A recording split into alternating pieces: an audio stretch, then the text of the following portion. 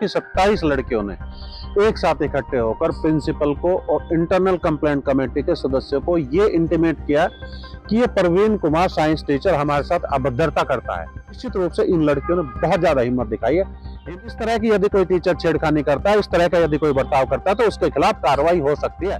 Teacher community को और लोगों को भी इस तरह का आह्वान करना चाहता हूँ कि यदि इस तरह की एक सिंगल कंप्लेंट भी आए, एक सिंगल बात भी आए, तो तुरंत प्रभाव से उस पर एक्शन लेना चाहिए। देखिए, ये मामला जैकमपुरा सरकारी स्कूल का, लड़कियों के स्कूल का मामला है। वहां की 27 लड़कियों ने एक साथ इकट्ठे होकर प्रिंसिपल को और इंटरनल कंप्लेंट कमेटी के सदस्यों को ये इंटीमेट किया कि ये प्रवीण कुमार साइंस टीचर हमारे साथ अभद्रता करता है, गलत भाषा का इस्तेमाल करता है।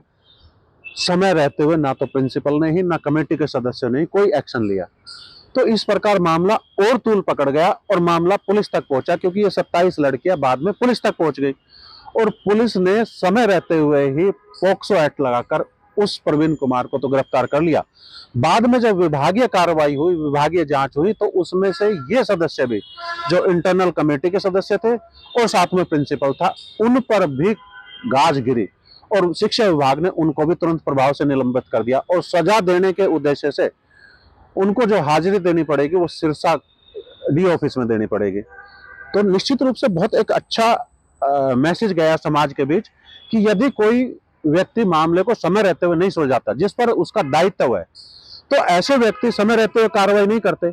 अक्सर देखा जाता है स्कूलों में बच्चों को ही दबा दिया जाता है, जब लड़कियों की बात आती है तो वहां दबा दिया जाता है और ऐसा अपेक्षा की जाती है कि लड़कियां कहां जाएगी, पुलिस के पास थोड़ी जा सकती है, क्योंकि लड़कियों में इतनी हिम्मत नहीं होती। पर निश्चित रूप से इन लड़कियों ने बहुत ज्यादा हिम्मत दिखाई है, हिम्मत का प्रदर्शन किया। यदि ऐसा नहीं होता तो इस समाज के टीचर कम्युनिटी के बीच एक मैसेज नहीं जाता कि भाई इस तरह की यदि कोई टीचर छेड़खानी करता है, इस तरह का यदि कोई बर्ताव करता है तो उसके खिलाफ कार्रवाई हो सकती है। और ये आजकल के जो बच्चे हैं, आजकल के खास तौर पर जो लड़के हैं, वो जागरूक लड़कियां हैं, वो एक्शन ले सकती है, वो पुलिस तक भी पहुंच सकती है और वो पुलिस तक इकट्ठे पहुंची और पुलिस ने तत्परता दिखाते हुए पोक्सो एक्ट लगाया, प्रवीण कुमार को गिरफ्तार किया और विभागीय जांच में प्रिंसिपल को 3 जो सदस्य थे उनको सस्पेंड कर दिया।